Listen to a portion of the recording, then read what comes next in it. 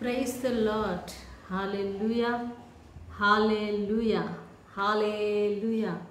దేవునికి మహిమ కలుగును గాక. యేసు ప్రభు అతి శ్రేష్టమైన నామంలో ప్రియమైన సోదరి సోదరులారా, మీ అందరికీ శుభాభివందనాలు తెలియజేస్తున్నాను. అందరూ ఎలా ఉన్నారు? క్రిస్మస్ పండుగ వేడుకలలో పాల్గొనడానికి ప్రతి ఒక్కరు కూడా మరి గృహాలలో అన్నీ సిద్ధం చేసుకుంటున్నారని అనుకుంటున్నాను. మనం అనేక రకాలుగా సిద్ధపడుతూ ఉంటాం. అవును ప్రియులారా, మనం ఇళ్ళని శుభ్రం చేసుకోవడం కానీ, డెకరేషన్ చేసుకోవడం కానీ, క్రిస్మస్ ట్రీ పెట్టడం కానీ, క్రిబ్ పెట్టడం కానీ, ఇవన్నీ కూడా మనం యేసుప్రభు యొక్క జన్మను గుర్తు చేసుకోవడానికి మనం చేస్తూ ఉంటాము. తప్పేం లేదు. మనం ప్రభు యొక్క జన్మ ఆ రోజు ఎలా ఉందో మనం చూడలేదు. బట్ ఈరోజు ఆ యొక్క క్రిబ్ మనం పెట్టడం ద్వారా మనం యేసుప్రభు ఆ పశువుల పాకలు ఎలా పుట్టారు అనేది మనం చూస్తామన్నమాట. దేవునికి మహిమ కలుగును గాక. ఈ సమయంలో మనం ఈరోజు క్రిస్మస్ సందేశాలు మనం వింటూ ఉన్నాం కదా. నిన్నటి రోజు లైవ్లోకి రాలేకపోయాను, ఎందుకంటే కరెక్ట్గా మా హాల్ పక్కనే ఒక వేరే బయట ఒక ప్రోగ్రామ్ జరిగింది. సో ఆ సౌండ్ డిస్టర్బెన్స్ ఉండింది, దానివల్ల నేను లైవ్లోకి రాలేకపోయాను. బట్ ఈరోజు మీ ముందుకి ప్రభు నడిపించినందుకు ఆయనకి మహిమ కలుగును గాక. రండి మనం ప్రార్థన చేసుకుందాం. హల్లెలూయా, హల్లెలూయా. స్తోత్రం, స్తోత్రం, స్తోత్రం. మహాగణుడా, పరిశుద్ధుడా, పరిశుద్ధుడా, పరిశుద్ధుడా, నిత్యము నాయన పరిశుద్ధుడు అని స్తుతుల అందుకుంటున్నటువంటి మా ప్రభువా, సెరాఫులు, కెరూబులు అయినా కోట్లాది దేవదూతలు, పెద్దలు, 24 పెద్దలు, ప్రధాన దూతలు మిమ్మల్ని ఆరాధిస్తూ ఉండగా, స్తుతిస్తూ ఉండగా, కొనియాడుతూ ఉండగా, ప్రభా ఇదిగో నాయనా, మరి మేము కూడా తండ్రి మిమ్మల్ని స్తుతిస్తున్నాం, కొనియాడుతున్నాం నాయన. అయా మిమ్మల్ని ఎవరు కూడా ఎన్నడూ కూడా చూడలేదంట ప్రభా. మరి ఏ మనుష్యుడు చూడలేదు, ఏ దేవదూతలు కూడా చూడలేదు. కానీ తండ్రి మీరు పరలోకం నుండి ఈ లోకాల్లోకి అయా వచ్చినప్పుడు, జన్మించినప్పుడు, నరరూప ధారిగా నాయన మీరు శరీరం ధరించినప్పుడు నాయన దేవదూతలు చూశారు, మనుషులు చూశారు ప్రభా. అవును తండ్రి, వారు మిమ్మల్ని స్తుతించారు, కొనియాడారు నాయన. ఇదిగో తండ్రి, మేము కూడా మిమ్మల్ని నమ్ముతున్నాం తండ్రి. నువ్వు గొప్ప దేవుడవని, అయా మా సృష్టికర్తవని, మా తండ్రివని, మా రాజువని మిమ్మల్ని ఆరాధిస్తున్నాం నాయన. హల్లెలూయా, హల్లెలూయా, హల్లెలూయా. ఆశ్చర్యకరుడ, ఆలోచనకర్త, బలవంతుడైన దేవా, అయా నీకే స్తోత్రం, స్తోత్రం. హల్లెలూయా, హల్లెలూయా. పరిశుద్ధాత్మదేవ మమ్మల్ని అభిషేకించండి నాయన. ఇదిగోనైనా ప్రతి ఒక్కరు కూడా నాయన నీ జన్మదినాన్ని జరుపుకోవడానికి సిద్ధపడుతూ ఉండగా, ఆయత్తపడుతూ ఉండగా, ఎన్నో క్రిస్మస్ సెలబ్రేషన్స్ ఆల్రెడీ స్టార్ట్ అయినాయి ప్రభా. సెమీ క్రిస్మస్ సెలబ్రేషన్స్ చేస్తూ ఉన్నారు. అవును తండ్రి ప్రభా, ప్రతి చోట కూడా జరుగుతూనే ఉన్నాయి నాయన. నీకు వందనాలు. మీ జన్మాన్ని గుర్తు చేసుకొని ప్రభా ఘనపరుస్తూ, నేను మహిమపరుస్తూ, స్తుతిస్తూ ఉన్నారు తండ్రి. హల్లెలూయా. పరిశుద్ధాత్మదేవ మమ్మల్ని అభిషేకించండి, ఆశీర్వదించండి నేను. మీ రక్తముతో మమ్మల్ని కడగమని ప్రార్థిస్తున్నాను దేవా. మా తప్పులను మన్నించండి నైనా. మేము తెలిసి తెలియక చేసిన ప్రతి ఒక్క పొరపాట్లను మన్నించండి అయా. మీ రక్తంతో మమ్మల్ని శుద్ధి చేయమని అడుగుతున్నాను రాజా. హల్లెలూయా, హల్లెలూయా, హల్లెలూయా, హల్లెలూయా, హల్లెలూయా. స్తోత్రం, స్తోత్రం నాయన. ఇదిగో ప్రభా, ఈ సాయంకాల వేళలో మిమ్మల్ని స్తుతించి ఆరాధించబోతుండగా, మీ వాక్యాన్ని మేము ధ్యానించబోతుండగా నేను మాతో మాట్లాడమని యేసు పరిశుద్ధ నామంలో ప్రార్థించి పెట్టుకుంటున్నాం తండ్రి. ఆమేన్, ఆమేన్, ఆమేన్. ఆశ్చర్యకరుడా, ఆలోచనకర్త, ఆరాధింతును, నిన్నే ఆరాధింతును. ఆశ్చర్యకరుడా, ఆలోచనకర్త, ఆరాధింతును, నిన్నే ఆరాధింతును. సకల దూతలతో హల్లెలూయా గానం పాడెదము. సకల దూతలతో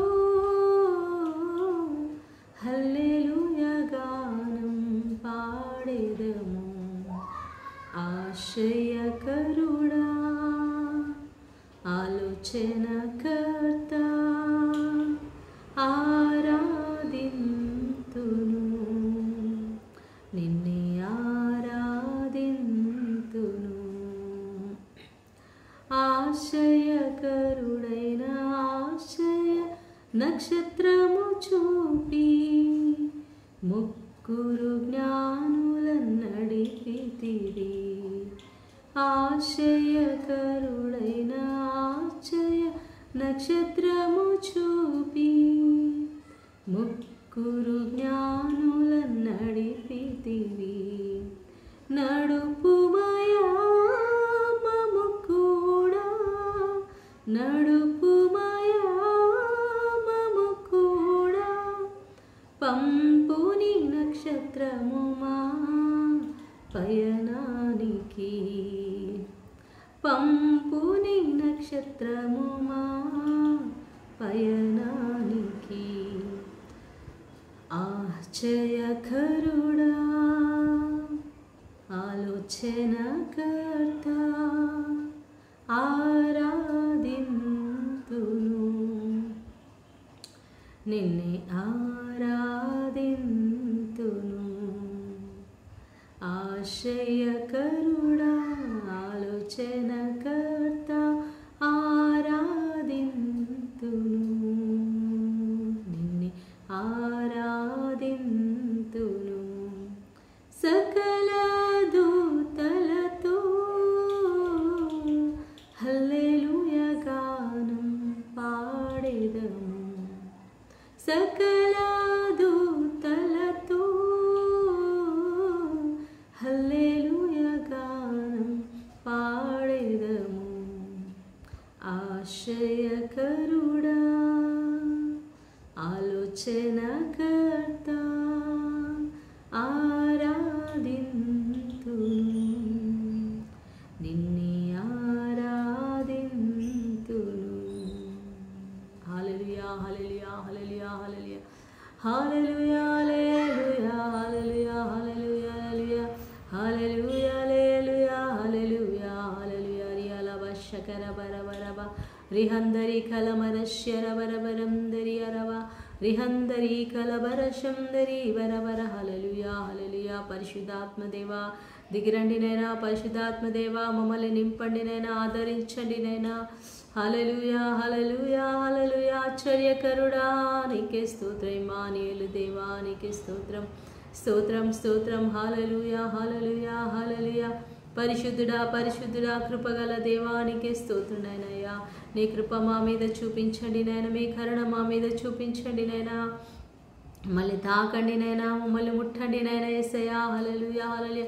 మా గృహాల్లోనికి రండి మా జీవితాల్లోనికి రండి మా ప్రాంతాల్లోనికి రండి మా సంఘాలలోనికి రండి ప్రభా మిమ్మల్ని ఆహ్వానిస్తున్నాం తండ్రి మిమ్మల్ని మహిమపరుస్తున్నాం నాయన ఓరి బాల శందరి అలబర శిఖర బర శందరి కలబరబ రిహందరి కలబర శందరి అలబర హల్లెలూయా hallelujah hallelujah hallelujah hallelujah hallelujah hallelujah hallelujah హల్లెలూయా గొప్ప దేవానికి స్తోత్రం నైనా స్తోత్రం స్తోత్రం స్తోత్రం మాతో ఉన్నవాడా నీకే స్తోత్రం నైనా అయా ఇదిగో తండ్రి ఎంతమంది అయితే ప్రభా ఈ యొక్క పండుగ దినాలలోనైనా కుటుంబాలలోనైనా కృంగిన హృదయాలతో ఉన్నారు భయముతో ఉన్నారు ఆందోళనతో ఉన్నారు ఆవేదనతో ఉన్నారు నైనా సమస్యలతో ఉన్నారు నైనా వారిని దృష్టించండి నైనా వారిని తాకండి నైనా అయా వారిని బలపరచండి నైనా బలపరిచే దేవుడవునైనా నీవు యేసయ్యా స్తోత్రం ప్రతి బిడలో ఉన్న నిరాశ నిస్పృహలను యేసు నామములో తొలగిపోనుగా కానీ ఆజ్ఞాపిస్తున్నాను నైనా అనారోగ్యంతో బాధపడే బిడ్డల్ని ముట్టండి నైనా అనారోగ్యాన్ని తీసివేయండి ప్రభా వారి శరీరంలో ఉన్నటువంటి వ్యాధులు తొలగిపోనుగాక నైనా హల్లెలూయా హల్లెలూయా శిబాబాబరా శిఖర బరబా రిహందరి కలవర శబరబ ప్రభా ముట్టండి నైనా అయా యేసయ్యా యేసయ్య తాకండి నైనా యేసు నామములోనైనా అయా ముట్టండి నైనా ప్రభా అయా అనారోగ్యంతో ఉన్న బిడ్డలు ముట్టండి హాస్పిటల్లో ఎంతమంది ఐసీలో ఉన్నారు నైనా సీరియస్ కండిషన్లో ఉన్నారు తాకండి స్వస్థత విడుదల కలుగునుగాకనైనా యేసయ్య అయా ఎంతమంది అయా మరి జాబ్ లేకుండా ఉన్నారు నైనా జాబ్ దయచేయండి నైనా ప్రభా జాబ్ దయచేయండి తండ్రి. యేసు నామంలో వారికి అయా జాబ్ వచ్చునుగాకని ప్రార్థిస్తున్నాను నైనా ప్రభా. సంతానం లేని బిడ్డలను జ్ఞాపకం చేసుకోండి. గర్భఫలం వారికి దయచేయండి నైనా. వారి గర్భంలో తండ్రి పిల్లలు కలగకుండా చేస్తున్న దురాత్మ శక్తుల ప్రభా యేసు నామములో బంధించబడను గాక, యేసు రక్తములో కాలిపోను గాక. విడుదల విడుదల ఆమేన్ జీసస్. హల్లెలూయా హల్లెలూయా. యేసు నామంలోనైనా సంపూర్ణనైన విడుదలనైనా. వారి పాప శాపాలు కొట్టివేయబడును గాక, వారి దారిద్ర్యం తొలగిపోను గాక, బీదరికం తొలగిపోను గాక, లేమి తొలగిపోను గాక నైనా. ఆధ్యాత్మిక లేమి తీసివేయండి నైనా ప్రభా యేసయ్యా. ప్రతి ఒక్కరునైనా తిరిగి జన్మించాలి నైనా ప్రభా. అయా నిన్ను చూడాలి, నిన్ను పొందాలి నైనా యేసయ్యా. నీ స్వరం వినాలి నైనా యేసయ్యా. హల్లెలూయా హల్లెలూయా హల్లెలూయా హల్లెలూయా హల్లెలూయా. స్తోత్రం స్తోత్రం. పరిశుద్ధాత్మదేవానైనా ప్రతి బిడ్డను తాకమని ప్రార్థిస్తున్నాను తండ్రి. ఆయా వివాహం కాని బిడ్డలకునైనా, ఇదిగో వయసు అయినటువంటి బిడ్డలకునైనా మంచి భర్తను భార్యను దయచేయండి నైనా. వివాహాలు జరుగునుగాక తండ్రి యేసు నామములో తండ్రి. హల్లెలూయా హల్లెలూయా. నజరేయుడైన యేసు నామములో వారికి చక్కటి నైనా భార్యను దయచేయమని అడుగుతున్నాను నైనా. హల్లెలూయా. దైవజనులను దీవించండి, సేవకులను దీవించండి నైనా. వాళ్ళు చేసే పరిచర్యను దీవించండి నైనా. ఆయా దైవజనులు మంచిగా సంఘాన్ని ఆత్మీయంగా బిడ్డలను నైనా ఆత్మలో ఎదగ చేయడానికి సహాయం చేయండి నైనా. స్వార్థము తీసేయండి నైనా. ఈ లోక ఆశలు తీసేయండి నైనా. లోక అయా తండ్రి డబ్బు ధనము ఆశ తీసివేయండి నైనా ప్రభా. హల్లెలూయా. పేరు ప్రఖ్యాతలు ప్రతిష్టల కోసం పాకులాడడం నైనా యేసయ్యా. అయా వాళ్ళు పైకి రావడానికి ఎదుటి వాళ్ళని తొక్కివేసే అలాంటి మనస్తత్వాలనైనా తీసివేయండి ప్రభా. అయా నిస్వార్థంగా నైనా మంచిగా త్యాగముతో నీ సేవ చేసే కృపను దయచేయండి నైనా సేవకులకి ప్రభా. అందరినీ ప్రేమించే మనసునియండి, తగ్గింపు మనసునియండి, క్షమించే మనసునియండి తండ్రి. హల్లెలూయా హల్లెలూయా. ఓరి బాబా బారా శిఖర బారా శందరి కలబరబా రిహందరి కలమరశందరి. ఆయా అప్పుల కూరుకుపోయిన బిడ్డలు లేవనెత్తునైనా అప్పులు తీర్చండి నైనా. ఏసునామములో వారి అప్పులు తొలగిపోవును గాక నైనా. ఏసునామములో తండ్రి అప్పులు తీసివేనైనా తండ్రి. స్తోత్రం స్తోత్రం. హల్లెలూయా హల్లెలూయా. నీ కృపనైనా, నీ కృప నాకు చాలును దేవా, నేను జీవింప చాలునయ్యా. నీ కృప నాకు చాలును దేవా, నేను జీవింప చాలునయ్యా. చాలును దేవా నీ కృప నాకు చాలునయ్యా. చాలును దేవా నీ కృప నాకు చాలునయ్యా. నాకు చాలునయ్యా.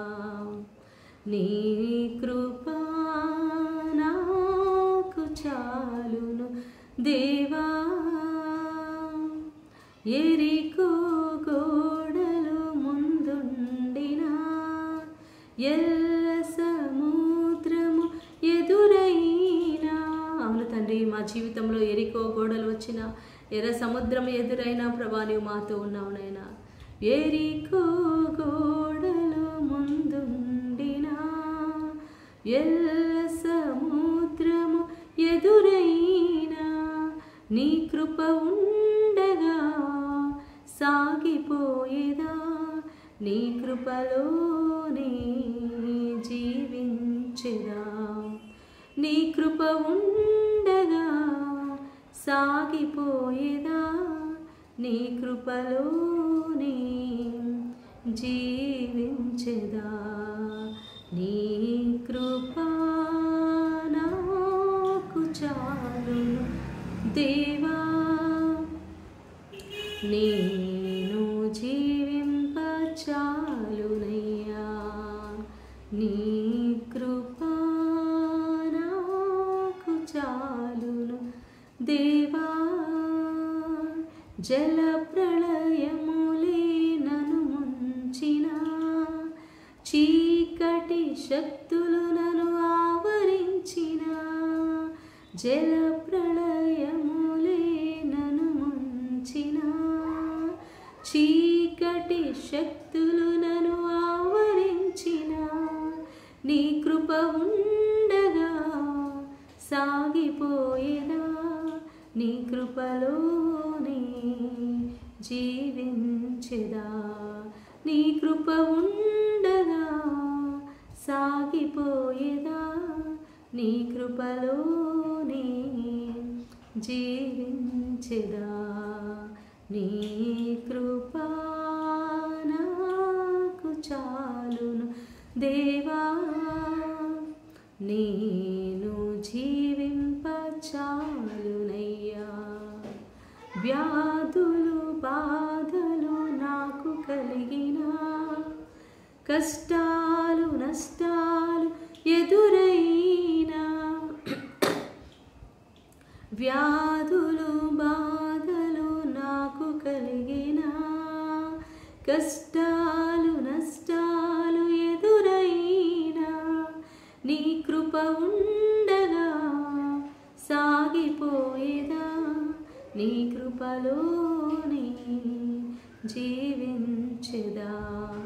నీ కృప ఉండగా సాగిపోయేదా, నీ కృపలోనే జీవించెదా. చాలును దేవా నీ కృప నాకు చాలునయ్యా. చాలును దేవా నీ కృప నాకు చాలునయ్యా, నాకు చాలునయ్యా. నీ కృప నాకు చాలును దేవా, నేను జీవింప చాలునయ్యా. స్తోత్రం. Thank you lord, praise you lord, worship. స్తోత్రం రాజా. హల్లెలూయా, హల్లెలూయా. ప్రియులారా, దేవునికి మహిమ కలుగును గాక. అవును, ఆయన కృప ఉంటే చాలు. ఆయన కృప మనల్ని రక్షిస్తుంది. ఎందుకంటే యేసు ప్రభు కృపా సత్య సంపూర్ణుడై మన మధ్య నివసించాను. కృప మన దగ్గరకు వచ్చింది. ఆ కృప ఎవరో కాదు, యేసు ప్రభు. సత్యము మన దగ్గరకు వచ్చింది. ఆ సత్యము ఎవరో కాదు, యేసు ప్రభు సత్యం. ఆయనే జీవం, ఆయనే మార్గం. సో యేసు ప్రభు ఈ లోకంలో జన్మించే ముందు మనం చూస్తున్నాము, మనం వరుసగా ధ్యానించుకుంటూ వస్తున్నాం ప్రియులారా. మరి నిన్నటి రోజు మనం ధ్యానం చేశాము. మరియ ఎలిజబెత్ అమ్మను కలిసినప్పుడు ఎలాగా వాళ్ళిద్దరు స్తుతించారు. మరియా ఎలిజబెత్ అమ్మ ఇద్దరు దేవుని స్తుతించారు, దేవుని మహిమపరిచారు. 3 నెలలు ఆమె ఎలిజబెత్ అమ్మకు సేవ చేసి తన బంధువు దగ్గర నుంచి ఆమె మళ్ళీ ఇంటికి వెళ్ళిపోయింది. వెళ్ళిపోయిన తరువాత మనం మత్తయి సువార్తలో చూసినట్లయితే ప్రియులారా, ఇక్కడ మరొకసారి మనము ఇక్కడ ధ్యానం చేసుకుందాము. హల్లెలూయా, thank you lord Jesus.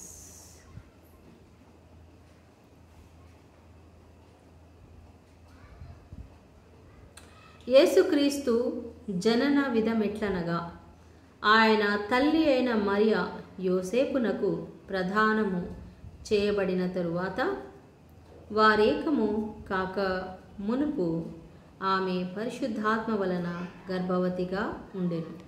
Okay, ఈ విషయాలన్నీ మనం ధ్యానం చేసాం ఆల్రెడీ. ఆమె భర్త అయిన యోసేపు అయితే ఫస్ట్ మరియా ఎప్పుడైతే దేవదూతతో మాట్లాడిందో ఆమె ఏం చేసింది, వెంటనే యూదయకు వెళ్ళిపోయింది. అక్కడ 3 మంత్స్ ఉంది. 3 మంత్స్ ఉన్న తర్వాత మళ్ళీ ఆమె నజరేతుకు వచ్చింది. వచ్చిన తర్వాత ఆమె చూస్తూ ఉంటే ఒక ప్రెగ్నెంట్ లేడీలా కనిపిస్తుంది. వాళ్ళు వీళ్ళు చూస్తున్నారు. ఆ మాట ఈ మాట వాళ్ళ నోట వీళ్ళ నోట యోసేపు దగ్గరికి వచ్చింది. అరే, అమ్మాయి ప్రెగ్నెంట్గా ఉంది అనే విషయం తెలిసినప్పుడు ఆయన ఆ విషయాన్ని మనసులో పెట్టుకొని ఈమెను ఎలా అయినా మరి నేను అంటే విడిచిపెట్టాలి.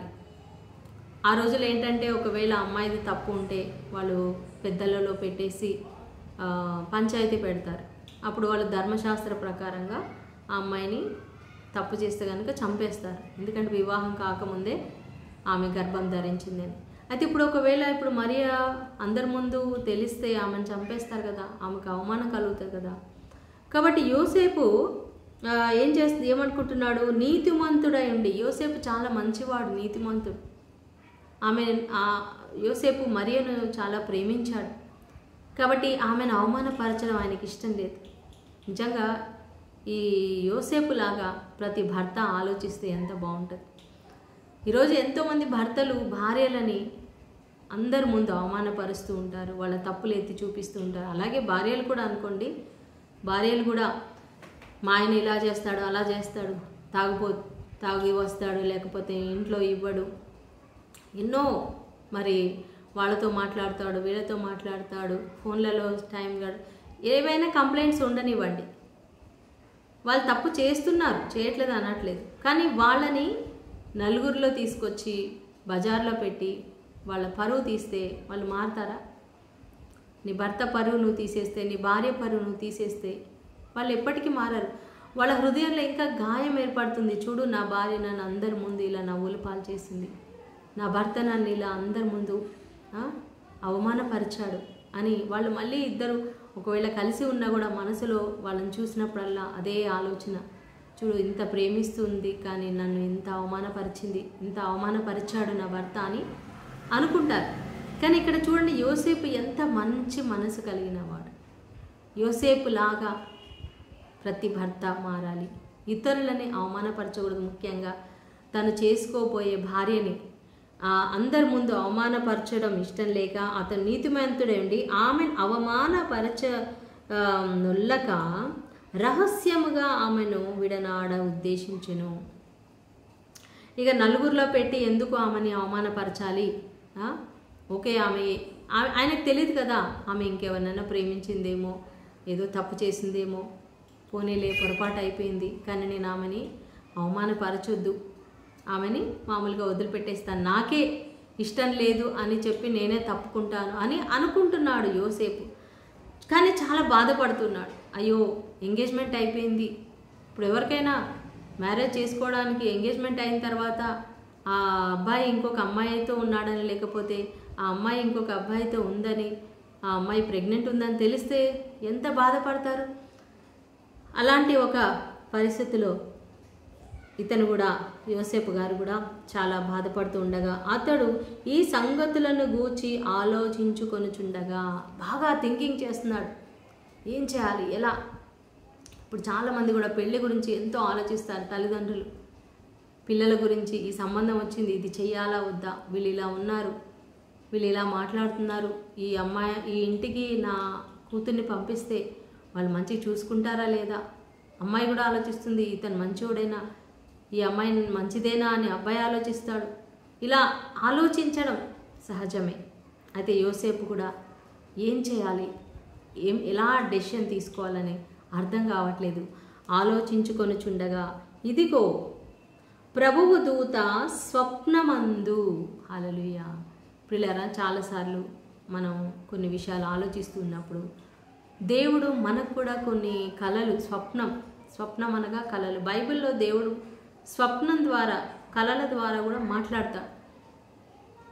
పాత నిబంధనలో యోసేపుతో కలలో మాట్లాడాడు కదా.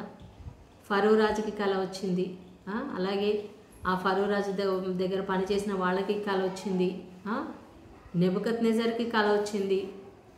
ఇలా అనేక మందికి కలలు వచ్చినాయి, కలలు వస్తాయి. కలలు వేరు, దర్శనాలు వేరు. కళలు నిద్రపోయినప్పుడు వస్తాయి, దర్శనాలు మెలకువతో ఉన్నప్పుడు వస్తాయి. మెలకువతో ఉండి కళ్ళు తెరిచుండగా కొంతమంది చూస్తారు దర్శనం, కళ్ళు మూసుకుని ఉన్నప్పుడు దర్శనం కనిపించవచ్చు. సో అది మెలకువతో ఉండి చూసేదాన్ని దర్శనం అంటారు. నిద్రపోయినప్పుడు వచ్చేది కళ అంటారు, స్వప్నం. సో యోసేపు నిద్రపోయాడు. నిద్రలో ఆయనకి ప్రభువు దూత స్వప్నమందు అతనికి ప్రత్యక్షమై, అంటే నిజంగా దేవదూత వచ్చి చెప్పే విషయము కలలో చెప్పడంటే కలలో నిజంగానే కనిపిస్తాడా? ఎస్, రియల్గా వచ్చి మాట్లాడే ఆ సందేశమే కలలో కూడా దేవుడు వాళ్ళకి కనిపించి మాట్లాడతాడు. అంటే కళ నిజం అన్నమాట. యోసేపుకి కళ వచ్చింది, మరి అది నిజమే కదా, అది ఎంతో లోతైన భావంతో ఉంది. మరి యోసేపు కళల భావం చెప్పేవాడు, కళల భావం చెప్పే ఒక గిఫ్ట్ ఆయనకి ఇచ్చాడు. అయితే ఆయనకు వచ్చిన కళ భావం కూడా ఆయనకి తెలిసి ఉండొచ్చు. దేవుడు నన్ను ఇలా రాబోయే దినాల్లో హెచ్చించబోతున్నాడు అనే విషయం యోసేపుకి అర్థమైంటుంది. ఎందుకంటే ఆయన ఎంతోమంది కలల భావం చెప్తూ ఉన్నాడు కదా. ప్రియులారా, ఇక్కడ మనం చూసినట్లయితే అతనికి ప్రత్యక్షమై, దావీదు కుమారుడవైన యోసేపు, నీ భార్య అయిన మరియను చేర్చుకొనుటకు సందేహింపకుము. హల్లెలూయా. స్పష్టంగా దేవదూత చెప్తున్నాడు. దావీదు కుమారుడవైన అంటే దావీదు వంశంలో పుట్టిన వాళ్ళందరూ ఇంకా దావీదు కుమారులాగా అన్నమాట, ఆ రాజుల వంశం కాబట్టి. అందుకే ఏసయ్యను కూడా దావీదు కుమారుడా అని పిలిచారు, దావీదు వంశంలో. మరి ఆ గుడ్డివాడికి ఎలా తెలిసిందో దావీదు వంశంలో యేసుప్రభు పుట్టాడని? పరిసయ్యులు శాస్త్రులు తెలుసుకోలేకపోయారు, ఈయన వడ్లవాని కుమారుడు కదా. మరి ఆ వడ్లవాని కుమారుడు ఆ యోసేపు ఏ వంశము, దావీదు వంశంలో పుట్టాడని వాళ్ళు గుర్తించలేకపోయారు. కానీ వేరే వాళ్ళు గుర్తించారు. యోసేపు దావీదు వంశం, యూదా వంశం. ఆ యూదా వంశంలో యేసుప్రభు పుట్టాడని, అందుకే దావీదు కుమారుడా. దేవదూత కూడా యోసేపుని దావీదు కుమారుడవైన యోసేపు అని పిలుస్తూ ఉన్నాడు. ఓకే, నీ భార్య అయిన మరియను చేర్చుకున్నట్టుకు నీవు సందేహపడద్దు. ఈరోజు చాలామంది భార్యని చేర్చుకోవడానికి, భర్తను చేర్చుకోవడానికి సందేహిస్తున్నారు. ఆయన మారుతాడా, మళ్ళీ నేను వెళ్ళాలా, అతనితో కలిసి ఉండాలా, ఆమెతో కలిసి ఉండాలా అని ఎంతో మరి సందేహిస్తూ ఉండొచ్చు ప్రియులారా. అయితే దేవుణ్ణి అడగాలి, ప్రభుని ప్రార్థించాలి. ప్రభా నేనేం చేయాలి? దేవుడు మాట్లాడతాడు నీతో నా ప్రియమైన సహోదరి సహోదరుడా. చాలాసార్లు మనుషులు ఏం చేస్తారంటే విడదీయడానికి చూస్తారు. తల్లిదండ్రులు కానీ, కొంతమంది తల్లిదండ్రులు భార్య భర్తలను విడదీయడానికే చూస్తారు. అత్తమామలు కూడా విడిపోవడానికే చూస్తారు. అమ్మాయి పోతే పోని ఇంకొక అమ్మాయితో నేను పెళ్లి చేస్తాను, అబ్బాయి పోతే పోని ఇంకొక అబ్బాయినిచ్చి పెళ్లి చేస్తాను అనుకుంటారు. కానీ అంత సులభమా అండి లైఫ్? ఒక్కసారి ఒక జీవితం విడిపోయింది అంటే ఆ తర్వాత అది ఎంత భయంకరంగా ఉంటుంది. సెకండ్ మ్యారేజ్ కావాలన్నా భయంకరమే. ఈ రోజుల్లో అసలు వివాహాలకి ఒక ఏమంటారు విలువ లేకుండా పోయింది. వివాహానికి అసలు విలువ లేదు. ఇలా పెళ్ళి అవుతుంది, ఇలా విడాకులు అవుతున్నాయి, ఇలా పెళ్ళి అవుతుంది, ఇలా విడాకులు. 1 ఇయర్కి 1 మంత్కి విడాకులు అయిపోతున్నాయి పిల్లలు. అలాంటప్పుడు ఎందుకు వివాహం చేసుకోవడం? ముందే ఆలోచించుకోవాలి. నేను ఈ అమ్మాయితో మంచిగా ఉంటానా, ఈ అబ్బాయితో నేను మంచిగా ఉండగలనా? చేసుకునేటప్పుడు కష్టమైన నష్టమైనా నేను జీవితాంతం ఉంటాను అని తెలుసుకొని అన్నీ ఆలోచించి చేసుకోవాలి. నా వలన మళ్ళీ ఆ అమ్మాయి ఇబ్బంది పడకూడదు, అబ్బాయి ఇబ్బంది పడకూడదు. ఒకవేళ నువ్వు మ్యారేజ్ చేసుకున్న తర్వాత నీకు ఎంత కష్టమైనా దాన్ని సాల్వ్ చేసుకొని కలిసి ఉండడానికి ప్రయత్నం చేయాలి. ఒకవేళ చాలా ఇంకా అసాధ్యము, ఆ వ్యక్తితో ఉండలేము, ఆ అమ్మాయితో ఉండలేమంటే ఓకే. కానీ కొంతమంది తల్లిదండ్రులు చిన్న సమస్యకి పెద్ద సమస్య కూడా దాన్ని పెద్దగా చేసేసి వాళ్ళిద్దరు విడిపోయేలాగా చేస్తూ ఉన్నారు. కోర్టు వరకు వెళ్తున్నారు. కొంతమంది డబ్బు కోసమే పెళ్ళిళ్ళు చేసుకుంటున్నారు, కట్నాల కోసం పెళ్ళిళ్ళు చేసుకుంటున్నారు. కొంతమంది అమ్మాయిలు ఆ అబ్బాయిల దగ్గర నుంచి డబ్బు లాగడానికి పెళ్లి చేసుకుంటున్నారు. కాపురం చేసినట్టు చేస్తున్నారు, అంతే. 1 నెల 2 నెలలు ఉండాలి, వెళ్ళిపోవాలి, కేసులు పెట్టాలి, వాళ్ళ నుంచి లక్షలు డబ్బులు తీసుకోవాలి. ఎంత అన్యాయం చేస్తున్నారండి చాలా అమ్మాయిలు కానీ అబ్బాయిలు కానీ. వివాహం అంటే ఎంతో పవిత్రమైనది, దేవుడు ఏర్పాటు చేసినటువంటి బంధం. ఒకవేళ నాకు ఈ లైఫ్ వద్దు, నాకు ఈ వివాహం వద్దు, నేను సరిగా ఉండలేను అనుకుంటే మ్యారేజ్ చేసుకోకండి. చేసుకోకుండా ఉంటే ఇంకా చాలా బెటర్. పౌలు గారు అదే చెప్తున్నారు, మీరందరూ నాలాగా ఉండాలని నేను కోరుకుంటున్నాను. పౌలు గారు ఆయన మరి వివాహం చేసుకున్నట్టు బైబిల్లో ఎక్కడ మనకి ఆధారాలు లేవు. మీరందరూ కూడా నాలాగా ఉండాలి అంటున్నాడు. పెళ్ళి కాకుండా ఉంటే బెస్ట్. పెళ్ళైన వాళ్ళు భార్యను వదులుకోవద్దు, భర్తను వదులుకోవద్దు. పెళ్ళి కాని వాళ్ళు మళ్ళీ నాకు భార్య కావాలి, భర్త కావాలని తొందరపాటు పడకండి. ఇప్పటి కాలాన్ని చూస్తే, ఈ లోక సమస్యలని, ఈ యొక్క అంత్య దినాలలో మనం ఉన్న ఈ సమయాన్ని చూస్తే వివాహం చేసుకోకుండా దేవుడి కొరకు ఉంటేనే బెస్ట్ అని పౌలు గారు చెప్తున్నారు. అలా అని చెప్పి నేను మీ ఇష్టాన్ని నేను మీకు ఏదో కష్టపెట్టాలని కాదు. మీ ఇష్టం. మీకు మ్యారేజ్ చేసుకోవాలనిపిస్తే చేసుకోండి, కానీ చేసుకోవడం ధన్యమైన జీవితమే, చేసుకోకపోవడం మరీ ధన్యులు. యేసు ప్రభు కూడా చెప్పారు, వివాహం చేసుకోకుండా ఉంటేనే బెటర్ కదా ప్రభు అని శిష్యులు అంటే. అది అనుగ్రహం పొందిన వాళ్ళకి తప్ప వేరే వాళ్ళకి అది అనుగ్రహించబడదు అని ప్రభు కూడా చెప్పారు. వివాహం చేసుకోకుండా ఉంటే ఇంకా మంచిదని. కానీ అలా ఎవరు ఉంటారు? వివాహం చేసుకోకుండా ఎవరు ఉండరు, ఎవరు ఉండకూడదు కూడా. వివాహం చేసుకోకుండా ఉండి అన్ని తప్పులు చేశాకంటే వివాహం చేసుకుంటేనే బెటర్. కానీ చేసుకున్నప్పుడు మంచిగా ఉండాలి, ఖచ్చితంగా ఉండాలి. నీ భార్యను చక్కగా చూసుకోవాలి, భర్తను చక్కగా చూసుకోవాలి. ఏదో పెళ్లి చేసేసుకున్నాను అయిపోయింది. ఒక అబ్బాయి ఉన్నాడు, పెళ్లి చేసుకున్నాడు, 3 పిల్లల్ని కన్నాడు, 10 సంవత్సరాలు అవుతుంది, ₹1 జీతం ఇంటికి తీసుకురాడు. మరి ఆ పిల్లల్ని ఎవరు పోషించాలి? ఆ భార్యను ఎవరు పోషించాలి? ఆ ఇంట్లో ఖర్చులు ఎవరు చూడాలి? ఎందుకు ఇలాగ పెళ్ళిళ్ళు చేసుకొని భార్యలను కష్టపెట్టడం, పిల్లల్ని కష్టపెట్టడం? నా కుటుంబాన్ని నేను పోషించుకోగలను, నా భార్య నేను పోషించాలి, నా పిల్లల్ని పోషించాలి, నా జీవితాన్ని నడిపించుకోగలను అని అనుకున్నప్పుడే నువ్వు పెళ్లి చేసుకోవాలి. లేకపోతే నువ్వు ఒంటరిగానే ఉండొచ్చు కదా, హాయిగా ఉండొచ్చు కదా. పిల్లరా, ఆలోచించాలి. ప్రతి ఒక్కరు కూడా, వివాహమైన వాళ్ళు ఆలోచించాలి, వివాహం కాని వాళ్ళు కూడా ఆలోచించాలి. సో ఇక్కడ మనం చూస్తున్నాము, నీ భార్యను చేర్చుకోవడానికి నువ్వు సందేహపడద్దు, ఆమెను చేర్చుకో. తన ప్రజలను వారి పాపముల నుండి ఆయన రక్షించును గనుక ఆయనకు యేసు అను పేరు పెట్టుదురు. సో నీ భార్య అయిన మరియను చేర్చుకున్నటకు నువ్వు సందేహపడకూడదు. ఆమె గర్భం ధరించినది, అది పరిశుద్ధాత్మ వలన కలిగినది. సో తన ప్రజలను వారి పాపముల నుండి ఆయన రక్షించును కాబట్టి ఆయనకి యేసు అనే పేరు పెడతారు. సో ఆమె ఎలా గర్భం ధరించిందో దేవదూత చెప్తున్నాడు. ఆమె గర్భం ధరించింది, కానీ ఆమె పరిశుద్ధాత్మ వలన ధరించింది. పుట్టబోయే బిడ్డ దేవుని కుమారుడని పిలువబడతాడు. ఆయన తన ప్రజల యొక్క పాపాలను ఆయన మోస్తాడు కాబట్టి, వాళ్ళ కోసం ప్రాయశ్చిత్తం అవుతాడు కాబట్టి, వాళ్ళ పాపముల నుంచి విడిపిస్తాడు కాబట్టి ఆయనకి యేసు అనే పేరు పెడతారు. సో దూత చాలా స్పష్టంగా క్లియర్గా చెప్తూ ఉన్నాడు.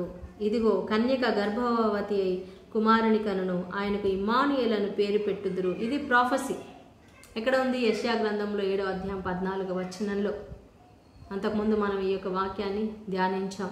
యెషయా ప్రవక్త ద్వారా దేవుడు ఒక ప్రాఫెసీ ఇస్తున్నాడు, ప్రవచనం. ఒక కన్యక గర్భవతి అయి కుమారుని కనును. ఆ కన్యక ఎవరు? ఆమె, ఈమెనే, ఈ మరియనే, నువ్వు చేసుకోబోయే మరియా అని దేవదూత చెప్తున్నాడు. అప్పుడు యోసేపు నిద్ర మేలుకొని ప్రభువు దూత తనకు ఆజ్ఞాపించిన ప్రకారము చేసి, హల్లెలూయా, దూత ఆజ్ఞాపించాడు. దేవుడు దూత ద్వారా సందేశాన్ని కలలో ఆయనకి వినిపించాడు. అంటే ఆ సందేశం నిజమైనదే, కానీ కలలో చెప్పారంటే మరి కళ నిజమనే కదా అర్థం. అంటే మన జీవితంలో మనకు వచ్చే కళలు నిజమైన కళలు కొన్ని ఉంటాయి, కొన్ని మనం ఆలోచనలతో కలవరాలతో వచ్చే కళలు కొన్ని ఉంటాయి. కానీ చాలా మట్టుకు దేవుడు చూపించే కళలు. అందుకే ప్రతిరోజు నైట్ పడుకునేటప్పుడు ప్రభువా నాతో మాట్లాడండి, నాకు మంచి దర్శనాలు చూపించండి, నాకు మంచి కళలు చూపించండి ప్రభువా, నాతో మాట్లాడండి అని మనం ప్రార్థన చేసుకొని పడుకోవాలి. సో ఆయన నిద్ర మేలుకొని ఆ ప్రకారం చేశాడు. తన భార్యను చేర్చుకున్నాడు, అంటే ఆమెని వివాహం చేసుకున్నాడు. కానీ ఆమెతోటి ఎలాంటి సంబంధం లేకుండా ఉన్నాడు. ఆమె కుమారుని కను వరకు ఆమెను ఎరుగకుండెను. అతడు ఆ కుమారుడికి యేసు అను పేరు పెట్టాను. హల్లెలూయా. సో ఇక్కడ మనం క్లియర్గా చూస్తున్నాం ప్రియులారా, యేసు ప్రభు పరిశుద్ధముగా పరిశుద్ధాత్మ ద్వారా ఆయన జన్మించాడు. మరియా యోసేపులు వాళ్ళు దంపతులే, లోకానికి దంపతులు, కానీ వాళ్ళు నిజంగా దాంపత్య జీవితం అనేది వాళ్ళు కలిగి లేరు. హల్లెలూయా. సో మనం ఎక్కడైనా చూడండి, అబ్రహాము గురించి కానీ, ఇస్సాకు యాకోబు గురించి కానీ, సమూయేలు ప్రవక్త ఎలా పుట్టాడని, హన్నా గురించి కానీ ఎక్కడ చూసినా వాళ్ళు భార్యాభర్తలు దాంపత్య జీవితం వలన ఇలా పుట్టారు. తర్వాత వాళ్ళకు పుట్టిన పిల్లలు గురించి చెప్పాలి అంటే తండ్రి పేరు చెప్పేవాళ్ళు. మనం చూస్తే మత్తయి సువార్తలో 1వ అధ్యాయం 1 నుంచి చూస్తే అక్కడ తండ్రుల పేర్లు రాయబడి ఉంది, అందరి పేర్లు. ఇతను కుమారుడు, ఇతను కుమారుడు, ఇతను అని యోసేపు వరకు రాసి ఉంది. యోసేపుకి ద్వారా మరియకు పుట్టినటువంటి కుమారుడు యేసు అని ఉంది. తర్వాత యోసేపుకి మళ్ళీ ఇంతమంది పిల్లలు పుట్టారని అక్కడ లిస్టు లేదండి. ఎక్కడ కూడా యోసేపుకు వీళ్ళు పుట్టారు అని ఎక్కడ కూడా రాయబడలేదు. తండ్రి పేరు రాయాలి కదా. చాలామంది మరి అది మరి ఎలా అనుకుంటారో తెలియదు. మరియలు, బైబిల్లో మరియలు చాలామంది ఉన్నారు, 4-5 మరియలు ఉన్నారు. జబదయి కుమారులు యాకోబు, ఇంకొక అతను జాన్, యోహాను యాకోబులు ఉన్నారు, ఇంకొక యాకోబు కూడా ఉన్నాడు. సో వీళ్ళందరూ కూడా వాళ్ళ తండ్రి పేరు అక్కడ రాయబడి ఉంది. కానీ మరి ఇంకొక యోసేపు, యూదా అని వీళ్ళు చెప్తూ ఉంటారు. కానీ మరి మరియ కుమారులు అని ఎక్కడ రాయలేదు. మరియ పేరు, స్త్రీ పేరు అక్కడ రాయరు బైబిల్ ఎక్కడ కూడా. తండ్రి పేరు రాస్తారు, తండ్రికి ఈ తండ్రి కుమారులు అని రాస్తారు. కానీ అలా ఎక్కడ రాయబడలేదు. కాబట్టి అది నాకు ఒక డౌట్ అనమాట. యోసేపుకు మళ్ళీ పిల్లలు పుట్టారనేది మాత్రం, అంటే మరియ ద్వారా వాళ్ళు పిల్లలు కన్నారనేది మాత్రం స్పష్టమైతే లేదండి బైబిల్లో. అది మనం అందరూ ఊహించుకోవడమే కానీ, అట్లా అనుకోవడమే కానీ క్లారిటీగా అయితే లేదు. కానీ ఫస్ట్ తొలి కుమారుడు యేసు ప్రభు మరియకు జన్మించాడు. హల్లెలూయా. అది మాత్రం స్పష్టంగా రాయబడి ఉంది. ఆమేన్. సో మన యేసు ప్రభు ఇమ్మానుయేలుగా ఈ లోకంలో జన్మించాడు. ఎందుకంటే ఆయన వారి ప్రజలను, తన ప్రజలను వారి పాపముల నుండి విడిపించడానికి ఇమ్మానుయేలుగా ఈ లోకానికి వేసి వచ్చాడు. సో ఈరోజు నువ్వు ఏ పాపంలో ఉన్నా సరే, ఏ దోషంలో ఉన్నా సరే, నా ప్రియమైన సహోదరి సోదరు, ఎలాంటి బలహీనతలో ఉన్నా ఆయన నిన్ను విడిపిస్తాడు, నిన్ను కడుగుతాడు, నిన్ను శుద్ధి చేస్తాడు, నిన్ను పరిశుద్ధపరిచి నీకు ఒక నూతన జీవితాన్ని, క్రొత్త జీవితాన్ని ఆయన అనుగ్రహిస్తాడు. సో ఈరోజు యోసేపుతో దేవుడు మాట్లాడి మరి ఆ భార్యాభర్తల్ని కలిపి మరియమ్మతో యోసేపు నిలబడేటట్లు దేవుడే వాళ్ళిద్దరిని కలిపాడు. హల్లెలూయా. ఆ జంటని కలిపింది దేవుడే. లేకపోతే మరియా ఒంటరిది అయిపోతుంది, మరియా చాలా ప్రాబ్లమ్స్ ఎదుర్కోవాల్సి వచ్చేది. కానీ దేవుడు అలా ఆమెకి చాలా ప్రాబ్లమ్స్ నుంచి కాపాడారు. ఆమెకు అన్ని విధాల తోడుగా ఉండడానికి ఒక మంచి స్నేహితుల్లాగా యోసేపు నిలబడ్డాడు. మరి ఇంకా యేసయ్య పుట్టడంలో, వాళ్ళు బెత్లెహేమ్కి వెళ్ళడంలో, ప్రయాణం అంతటిలో యోసేపు ఎంత అంటే దేవుని కుమారుడు ఆమె గర్భంలో ఉన్నాడని ఆమెను ఎంతో అపురూపంగా చూసుకున్నాడు. హల్లెలూయా. చూడండి, తన కుమారుడు కాకపోయినా యోసేపు దేవుడి మాటకి లోబడి మరియను అంత చక్కగా చూసుకున్నాడు. దేవుణ్ణి చూసే ఫస్ట్ ఈ లోకంలో పుట్టినప్పుడు చూసింది ఎవరో తెలుసా అండి? యోసేపు గారు. దేవుణ్ణి చూశాడు. యేసయ్యను శరీరధారిగా చూసింది యోసేపు గారు, నీతిమంతుడు. తర్వాత తల్లి మరియమ్మ చూశారు, ఏంజెల్స్ చూశారు. ఏంజెల్స్ ఆల్రెడీ వాళ్ళు చూస్తూ ఉండొచ్చు. అందుకే ఆయన పుట్టగానే పరలోకంలో దేవదూతలు స్తుతించారు. ఆ విషయాలన్నీ కూడా మనం ఇంకా ముందు ధ్యానం చేసుకుందాము. సో మనం అంతవరకు వేచి ఉందాం, ప్రార్థన చేసుకుందాం. ప్రియులారా, స్తోత్రనైనా మహాగరుడ, పరిశుద్ధుడా, మా ప్రియ పరలోక తండ్రి, నీ పరిశుద్ధ నామానికి మహిమ కలుగునుగాక. ప్రభువా, మేము ఎప్పుడైతే కన్ఫ్యూజన్లో ఉంటామో, కలవరంతో ఉంటామో, ఏం చేయాలో తోచని పరిస్థితిలో ఉంటామో నాయనా, అప్పుడు నీవు మాతో మాట్లాడండి. కళల ద్వారా, దర్శనాల ద్వారా, వాక్యం ద్వారా నాయనా, నీ సేవకుల ద్వారా మాతో మాట్లాడి మాకున్న కన్ఫ్యూజన్ తొలగించి, మాకున్న కలవరాలను తొలగించి ప్రభువా మమ్మల్ని బలపరచమని, దీవించమని, నేను ఆశీర్వదించమని, యోసేపుని నడిపించిన దేవుడవు నాయనా, మమ్మల్ని కూడా నడిపించండి నాయనా తండ్రి. ఏ విషయాల్లో మేము ఎలాంటి నిర్ణయం తీసుకోవాలో మాకు సహాయం చేయండి ప్రభువా. మా పాపాలను కడగండి, శుద్ధి చేయండి నాయనా. ఇంకా ఎంతమంది అయితే నాయనా పాపాలలో జీవిస్తున్నారో వాళ్ళ పాప జీవితాన్ని వదిలిపెట్టడానికి నిజమైన రక్షకుడవు నీవే అని తెలుసుకోవడానికి నేను నీ దగ్గరికి రప్పించమని అడుగుతున్నాను దేవా. ప్రతి బిడ్డ హృదయంలో మీరు జన్మించండి, ప్రకాశించండి నాయనా. నీ వెలుగు వారిలో వచ్చినగాక. వారితో మాట్లాడండి, కళలో దర్శనాలతో మాట్లాడండి. ప్రపంచంలో అన్ని దేశాలలో ప్రభా, అన్ని రాష్ట్రాలలో ప్రభా, ఎక్కడెక్కడ ఎవరెవరు ఉన్నారు తండ్రి, నీ ప్రియమైన బిడ్డలు, నీ రక్షణ ప్రణాళికలు ఉన్న ప్రతి ఒక్క బిడ్డను మీరు దర్శించమని ప్రార్థిస్తున్నాను. ముట్టండి నాయనా. హల్లెలూయా, హల్లెలూయా, హల్లెలూయా. నజరేయుడైన యేసు నామములో ఈ లైవ్లో ఉన్న ప్రతి బిడ్డను ఆశీర్వదించమని, బలపరచమని యేసు పరిశుద్ధ నామంలో ప్రార్థించి పెట్టుకుంటున్నాం తండ్రి. Amen, amen, amen. కైండ్లీ ఈ యొక్క వీడియోస్ని మీరు లైక్ చేయండి, మీ బంధువులందరూ కూడా షేర్ చేయండి. మా ఛానల్ ఇంకా సబ్స్క్రైబ్ చేసుకొని వాళ్ళు దయచేసి సబ్స్క్రైబ్ చేసుకోవాలని మనం చేస్తున్నాను. Thank you. God bless you.